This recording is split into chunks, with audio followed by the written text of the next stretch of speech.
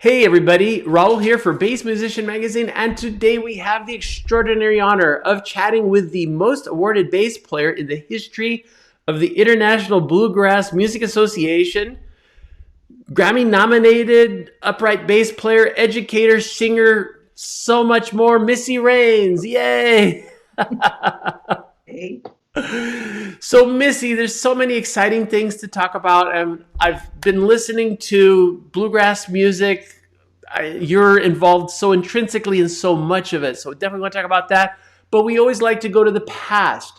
How did you get started in music, and particularly on bass? My folks were already bluegrass enthusiasts and early country music enthusiasts when I was born. And so they'd already been going out to hear live music as entertainment. But I grew up in a very rural part of the country in northeastern West Virginia.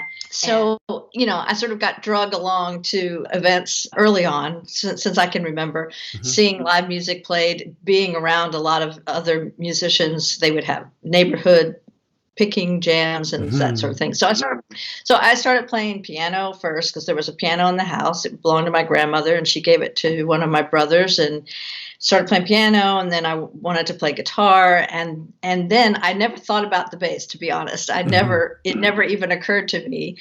I don't think up until a certain point in my life I'd been close to an actual bass, but my dad had decided, he wasn't really a musician before that, but he had decided he wanted to play bass with some friends who were playing, and he went and very also out of character for him made some sort of impulsive buy. And I say that because apparently he did not check this with my mom and just bought this bass and came home, and my mom's first words were, "What have you done?" And it was also very beautiful because I remember I'm looking at both of them and I could see the smile in my mom's eyes.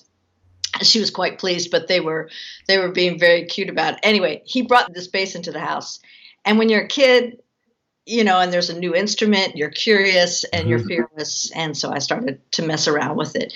And that was kind of the beginning of it, because from that point on, I kind of forgot about the other instruments a little bit and wanted to play the bass. Nice. And did you pursue formal education? Are you self-taught? Yeah, I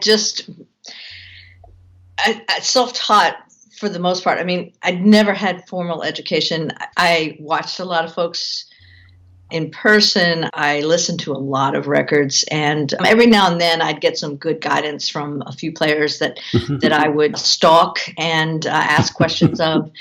And unfortunately, I'm pretty self-taught. Even about 10 or 15 years later, I started to learn to read music, and that was all self-taught too. Because of course, when I was playing piano, I was on that path of learning to play music. But because I kind of gave it up, there went the music part of it. Very, very stupidly, I thought, I'm going to play bluegrass. It's all, learned by ear. I don't need to learn how to read music. You don't have to read, but had I been all grown up and knowledgeable, I would have made myself continue to read music, but I didn't. Part of the thing that's kind of interesting, I think, with music is that so much of it was not written, especially when you get back to a lot of the older music, because it was happening in a social setting where it was a small group of people. It was kind of a jam, and things happened spontaneously. And it's, there was that growth within that same environment, And so even a lot of the old jazz, it wasn't transcribed. You came and you memorized the chart, or you improvised your part, and that was as good as it got. And some amazing things came out of that because it was in such a less rigid format. Now, again, I'm certainly not against written music, because there are situations where you go, okay, if you're going to sit in a Broadway pit and there's all this complicated stuff, it's not like you just go, okay, ad-lib whatever you can there. That would be bad. But, it is, I think, something that historically has happened. And I really also appreciate your mention of records, because I think a lot of young people today seem to think of those ancient things they see sometimes used as decorations on the wall, but that was the tool we had at the time. And the painstaking moments you had to lift the needle and put it and lift it and put it back and lift it and put it back, to hear the same track over and over and over again, which ended up with a fair amount of scratched records. So our favorites were a little more damaged because we had wanted to work them so consistently, and there was no slowing it down. You had to pick up on time. And so there was a fine art to that as well. So I very much appreciate that. So as you progressed and you were learning, how did you decide to kind of go, because you've made your whole life out of this, how did that entry into the business happen? It wasn't exactly planned, but I was obsessed with playing music once I started playing bass and really getting into that, and I started playing with bands. I was still in school, like not grade school, but high school, middle school, and high school. All through my high school years, I played with bands on the weekends and played in places, oftentimes bars and that sort of thing, that I wasn't old enough to actually be in. But, it was pretty low key, and I was always with adults and responsible adults. So that was okay. But that had become the natural thing for me to do. It's just the whole idea of a gig, just going to a gig and playing. That rhythm became very natural. And then so that when I graduated from high school, and I think when I looked at my parents and said, I don't want to go to college, I think, honestly, they probably were a little relieved because, they didn't have the money anyway. So, but they would have made it happen if I had really wanted it. But I didn't. I just wanted to play music. And so I left and tried out a couple cities and found a band that I really loved and started a life in another town and started playing with some, folks that were really serious about playing. And so honestly, I don't know. I'd like to say I had it all planned and that I could see what the future was going to be, but I didn't, of course. If I had known kind of how hard it was going to be, I probably still would have done it, but I might have been a little bit more afraid. But I wasn't afraid. I was just kind of like, this is what I want to do, and I can't imagine doing anything else. And so, through the years, of course, I've had to modify, and which means some years in the early days, you do other jobs to make it work when you're not making enough money to play by playing music. Then you just kind of fit something else in so that you can afford to do what it is that you're loving to do. And I think that's probably a pretty natural path for a lot of folks who are building a business or building a life. So I did that for sure. And I met my husband, and we had similar desires and goals, and made a choice together that we wanted to pursue our artistic ideals. And so that also meant it's like, okay, so we won't be driving new cars probably, and all those things. You make a very good point where, as part of, again, the music business is challenging, and it does involve a lot of flexibility and kind of diversification. So again, that kind of falls into where you've been involved as an educator. Again, I remember when you first kind of came on to the ArtistWorks scene, which has been quite a while, but you were like the go-to. You want to learn this kind of music, Missy is the person. How did you get involved with education? Well, a good 12 or so years before I joined ArtistWorks, I had officially started teaching at music camps or workshops all over the country and abroad. And so I had started doing that. In the very, very beginning, I didn't know really exactly what I was doing. I just, got asked to do it, and you say yes, and you figure it out as you go along. But then I would do at least 3 or 4 camps a year every year after that, and that was like sometime around 1998 or so. And camps might be 3 or 4 days or 5 days or something like that. You have a class full of students, most often adults, and their levels are always vary. You have beginners and more intermediates and that sort of thing, all in the same room. So you have to figure out how to make that work. So a lot of it was just, in the battle, in the heat of battle, I just learned how to do it. And I really do enjoy teaching. It's something that I particularly love to help people, and I love it when the light bulb goes off, and I love seeing the joy that they get out of playing, and I love trying to help them when they think that it's hard or impossible or that they can't do it, and then trying to help them see that they can. So that feels really good. So I do love it. I love performing more than teaching, but I do love it. So I just started doing it, and then when ArtistWorks decided they wanted to expand their bluegrass offerings, I got a pretty great recommendation from Tony Trischka. They, well, who do we get to bass in this class? And he suggested me, and he had been the one who had started the first bluegrass, like he was the first banjo teacher for ArtistWorks. So that went a long way. So I'm very indebted to Tony for speaking up for me. And you really do have to love being an educator, especially if you're dealing with your entry-level students, because it is sometimes, I'm going to say, painful. I've spoken to quite a few people that go, well, if I have them come in, they forgot their notebook again, or they didn't make any time to practice, and so nothing has happened since we talked the last time.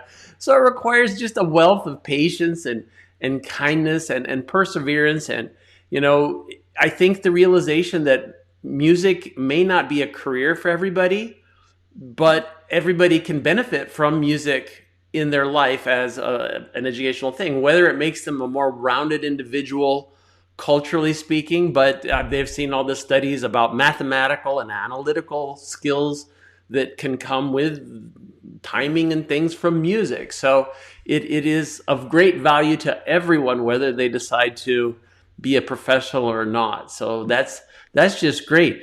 And you've done so much work of your own. Again, you've got so many albums. I understand you've got a new one coming out here pretty soon. There was Highlander in 2024. You've got a new one coming out in May. Tell us a bit about that project. Yeah, the brand new album is called Love and Trouble, and it's a absolute follow-up to Highlander, which came out last February, in that it's same 5 people with just a few guests, which was the premise of Highlander.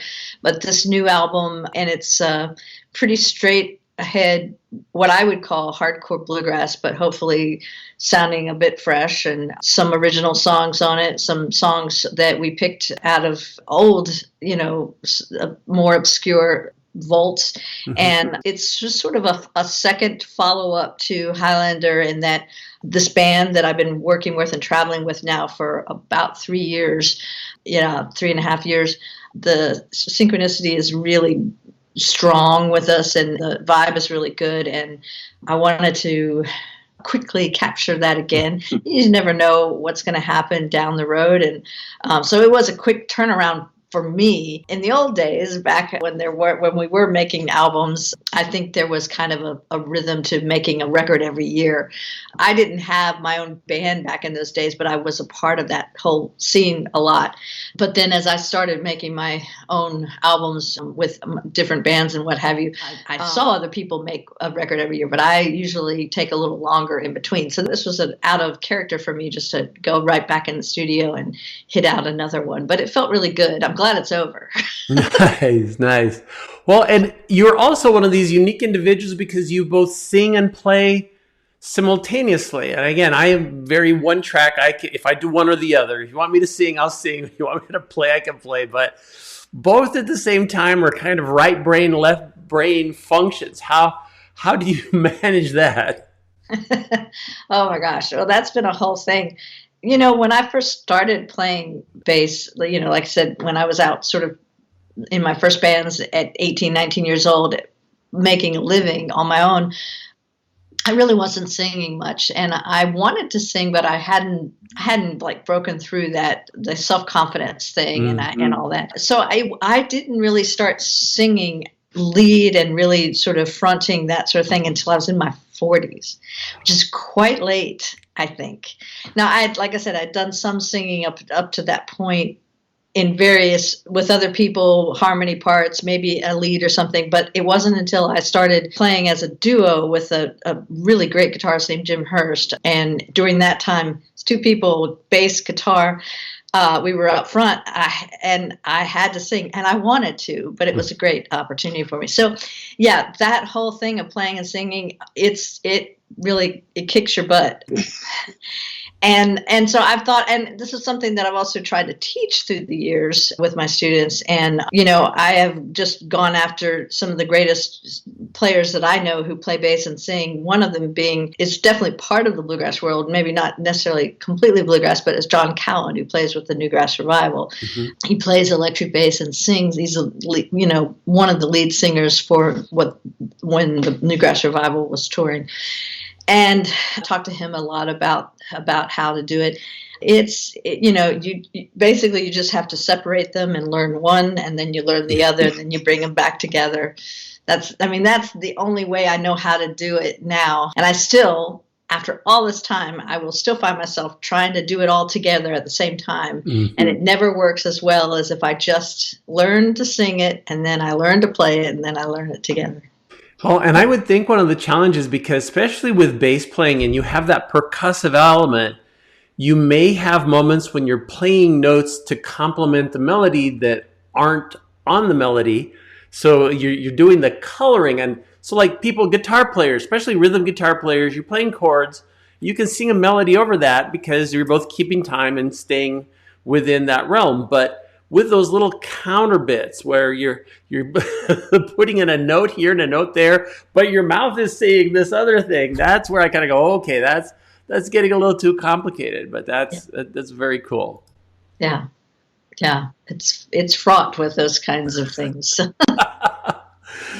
So another thing that we always like to talk a little bit about is gear. Now, because you're an upright player, most of the upright players, because of the size constraints, don't have gear acquisition syndrome, where you don't have a house full of uprights because you'd have nowhere for yourself. But I keep seeing what appears to be your very tried and true bass. Tell us a little bit about how you're getting your sound and what you're playing on.